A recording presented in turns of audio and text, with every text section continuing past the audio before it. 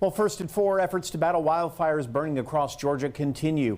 91 counties across South Georgia, including the entire coastal empire, now remain under a state of emergency as crews fight fires in Brantley County. Local firefighters are heading there now to assist. That includes crews from the Chatham County Fire Department and Pooler Fire Rescue, just to name a few. The Highway 82 fire has impacted about 5,000 acres. WSAV's Sarah Smith is joining us live from Brantley County Airport. That is where emergency crews continue to swap shifts. Sarah, what have you learned about officials and the conditions there? Well, Tina, Andrew, the good news is that the fire is 15% contained, and that is an improvement from yesterday's 10%. And the fire has stabilized since 2 this morning. But you can see behind me just how big that smoke cloud is behind us. These crews behind me are to thank for the control that we have of this fire right now, but the work is far from over. Officials say they're expecting winds to pick up this afternoon into the evening and humidity to go down, which is not what they want to see happen, but their priority is saving lives and protecting property. We could see that as we were driving down Highway 82 today, several crews working to put out hot spots and checking on homes on some of those side streets. We saw several structures on Thrower Road, for example, in Atkinson, burned to the ground just yards away from homes still standing. The latest numbers we have, 54 structures have been lost. Now, we did talk with Seth Hawkins with the Georgia Forestry Commission about why the fire is so hard to put out. April is typically an active fire season in Georgia. It's our fire season. But when you get this extreme, historic, almost level drought with these low humidities, these high winds that pick up in April, that's when we start getting this wildfire activity. It doesn't help that Helene nicely scattered wood all over our woods a year before last. So. Now we're told that crews are working on the Browntown area right now. That's what they're focusing their efforts on. We're just under 30 minutes away from a press conference with the Brantley County Sheriff's Office and other officials. We're hoping to learn more updated information since that 9 a.m. update this morning, and we'll continue to keep you updated on air and online throughout this evening. For now, live in Brantley County, I'm Sarah Smith, WSAV News 3, on your side. Sarah, thank you. And as efforts to fight the wildfires continue, the community is stepping up to help those who have been impacted. WSAV's Jillian Coles picks up our live team coverage now. She explains how people are helping those who need it most, including first responders. Tina, if there is one thing I have heard all day, it is that this community is stepping up in a big way. Right now, we're at the Brantley County Family Connection, which is serving as an official donation hub for victims and first responders. Now, I'm going to step out of the way really quick so we can show you. They are collecting clothes of all sizes, non-perishable food items. And inside, volunteers are putting together care packages for those on the front lines with electrolyte packets and medical items. They say they're here for anyone who needs the help.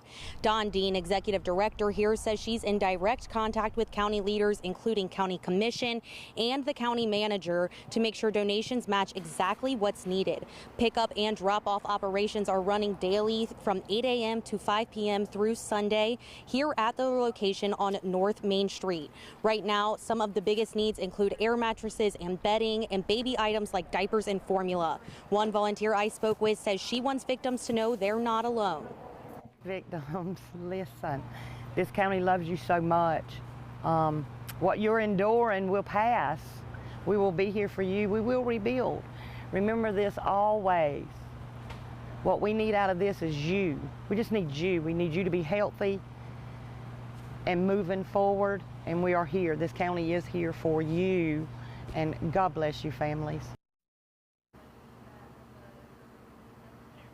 Now, Brantley County Sheriff's Office is providing donation updates on their social media, and they say 2 other locations are also serving as official donation hubs. That is Brantley Gas and H&S Car Haulers. Now, you can also make monetary donations through Georgia Void, and you can find more information on how to donate through WSAV.com. Reporting live in Brantley County, Jillian Coles, WSAV News 3, on your side. Jillian, thank you so much. And a lot of this is due to that drought that is out there, the severe drought that we're in both in Georgia and South Carolina right now. Scott Roberts joins us to tell us exactly how bad it's gotten and exactly where we stand right now. Scott? Yeah, it has become worse, and you can see in that Savannah camera view the orange sky over the horizon. That's all the smoke that is coming into the region. So that drought leading to those fires across the region, that smoke is coming in our direction, leading to degraded air quality issues right over Savannah. That smoke settling in, so that definitely in the unhealthy category with the amount of particulate matter in the atmosphere. So if you do have sensitive respiratory issues, you'll be running into some issues over the next few days, because a lot of that smoke will continue to come into our region because the winds will be out of the south and southwest over the next couple of days. Latest drought monitor update from the Climate Prediction Center and National Weather Service indicates that the exceptional drought has spread over more of the area. The extreme drought, it covers our coastal communities and up into the low country near Charleston. The severe drought has worsened across the Midlands of South Carolina and into the Augusta area, now with a moderate drought setting up in that part of the state. So when we start getting to the categories 3 and 4, that's when we start to have severe issues with water shortages, and that could cause issues with not only drinking water for some communities, but also makes it harder for the fires to be extinguished by the crews. So definitely some major concerns out there. So with all these drought conditions, we're likely to see these burn bans stay in place much longer until further notice for South Carolina, for Georgia at least about 30 days into the future. We will start to transition into a more active pattern with shower chances. We'll talk more about that for this weekend and beyond coming up in just a few moments. Scott, thanks so much. And we're now learning more about how those ongoing wildfires, as well as the extreme drought conditions, are impacting Georgia's agriculture industry. State officials say the effects are already being felt across farms in southeast Georgia. Potential losses expected to grow as the conditions continue. WSCV's Nikia Harris joins us with more. Now, Andrew, those concerns are coming directly from state officials who say the combination of drought and wildfire risk is putting major pressure on one of Georgia's largest industries. I spoke with Agriculture Commissioner Tyler Harper about what farmers are facing right now. Now, Harper says wildfires burning in southeast Georgia, along with extreme drought conditions, are already hitting the state's agriculture industry. He tells me timberland, livestock, and row crops like peanuts, cotton, and corn are all at risk, with many farmers also owning timber that's been damaged or threatened by that fire. The commissioner says the state is coordinating with emergency partners and that the full economic impact is still being calculated. I don't know what that looks like, but it will definitely probably be in at least the millions of dollars in impact to our farmers and producers across the state. We definitely know it is the quantified damage in southeast Georgia right now is going to be extensive because of the extensive amount of timber that's been damaged and burned, and homes that have been destroyed. Now, in response to the wildfires, Harper says he is extending the application deadline for the Hurricane Helene Block Grant Program to May 11th of this year. Officials say they are continuing to assess the damage, but warn the combination of that drought and wildfire risk could have long-term economic effects for farmers across the state. Nikia Harris, WSCV News 3 on your side. Nikia, thank you. For our complete coverage of the wildfires, including details on how you can support those impacted, go to WSAV.com. And switching gears over to the Low Country now, our region home to the country's fastest growing county. As WSAV's Danielle Cobb tells us, officials at the airport in Ridgeland now looking to capitalize. It's no secret that Jasper County is the fastest growing county in the country, and this airport behind me is the next step into matching that growth. Just in the last few months, the airport has had nearly 7,000 flights in and out, with a projection of 25,000 by the end of the year. The airport is operated by the county under Sky Blue Aviation, a self-sufficient business operation where they sell fuel and maintain the planes. That revenue has contributed over $4 million to the local economy. Officials say it's a driving force they plan to expand on by boosting their fuel tanks, widening taxi lanes, building additional plane hangars, and a helicopter pad. Our economic impact on the community is probably about $4.4 million. That comes from jobs, that comes from like operations like I talked about with the helicopters, being able to do operations there. And we're looking at doing numbers of other things that are involved in that require aviation to be a part of the process. The airport is also looking to expand their partnership with the Jasper County School District's Career and Tech Aviation program to expose more students to the field. Danielle Cobb, WSAV News 3, on your side. Danielle, thank you. WSAV is your local election headquarters. As the primaries approach, many people will choose to vote by mail. While the practice has come under fire recently, one local organization is defending it. WSAV's Tyler Nicole joins us with what you need to know. Well, voting by mail has been around since the Civil War. However, in recent years, the Trump administration and some Republicans have attacked the practice, calling for strict restrictions or even ending the option entirely.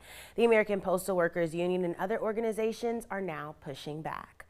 According to Hart Research, while most voters cast their ballots in person, about a third cast their votes by mail. The American Postal Workers Union is running ads in several states and cities, including right here in the Coastal Empire, to counter false claims about fraud and mail-in voting. Officials say older adults as well as college students, disabled communities, military personnel, and many others take advantage of the option. And if it's taken away, they worry how those communities will express their civil right to vote. It's really important, especially for our seniors, that we do vote by mail. Many of them can't get out. A lot of them could be in nursing homes. They're not, where they aren't physically able to get out. And voting by mail may be their only option to actually vote.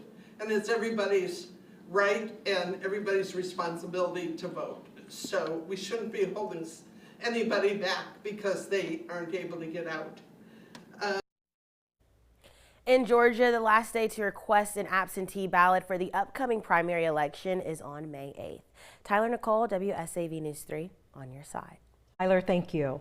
Primary elections are coming up quickly. Early voting begins here in Georgia next Monday, April 27th. Election Day is May 19th. In South Carolina, early voting begins Tuesday, May 26th, and Election Day there is June 9th. Now, to help Georgians make their choice this election cycle, the Atlanta Press Club Louder Milk Young Debate Series will host several debates with primary election candidates starting this weekend. Candidates for both state and federal office will take part. I'll be serving as moderator for the debates between candidates for Georgia's 1st Congressional District. The debates began at 11:45 a.m. Sunday with the Democrats, then will continue at 1:15 with the Republicans. You can watch those debates this Sunday on WSAV Plus at 6:30 for the Democrats and 7:30 for Republicans. Now, Time Saver Traffic, sponsored by Arrowhead Clinic, the accident doctors, where it pays to get well. Right now we are checking out traffic along Interstate 16 and Pooler at Pooler Parkway. Both directions flowing smoothly right now. Good news on most of the major roadways, though. We are looking at a delay along 95. This is northbound at Highway 80 approaching Pooler Parkway. The speed's down to around 45 miles per hour. Extra volume is the main concern there. No accidents report at this time. And the major roadways in the low country around Bluffton flowing pretty smoothly right now. If you are heading westbound to Pooler from downtown Savannah, it's taking 18 minutes right now.